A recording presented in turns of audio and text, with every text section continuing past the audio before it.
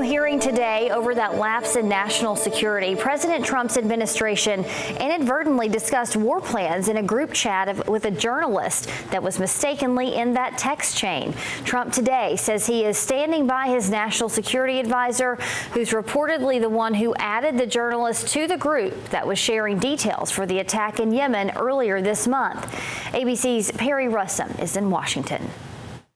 Two top members of President Trump's cabinet involved in that stunning lapse of national security on the messaging app Signal on Capitol Hill today. There's a difference between inadvertent release versus careless and sloppy, malicious leaks of classified information. Director of National Intelligence Tulsi Gabbard and CIA Director John Ratcliffe in front of the Senate Intelligence Committee for a previously scheduled hearing.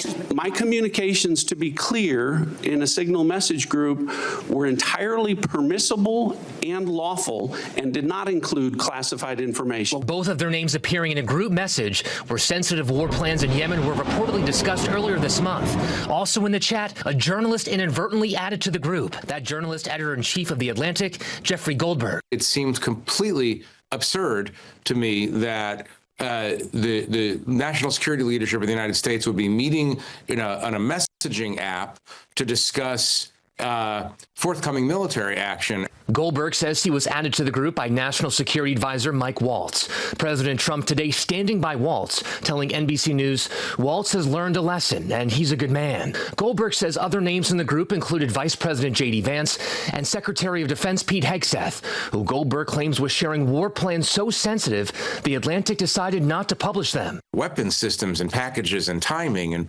weather in Yemen and all kinds of information about sequencing of particular events. Hegseth denies sharing war plans on a public messaging app that would usually be discussed in a secure setting approved by the government.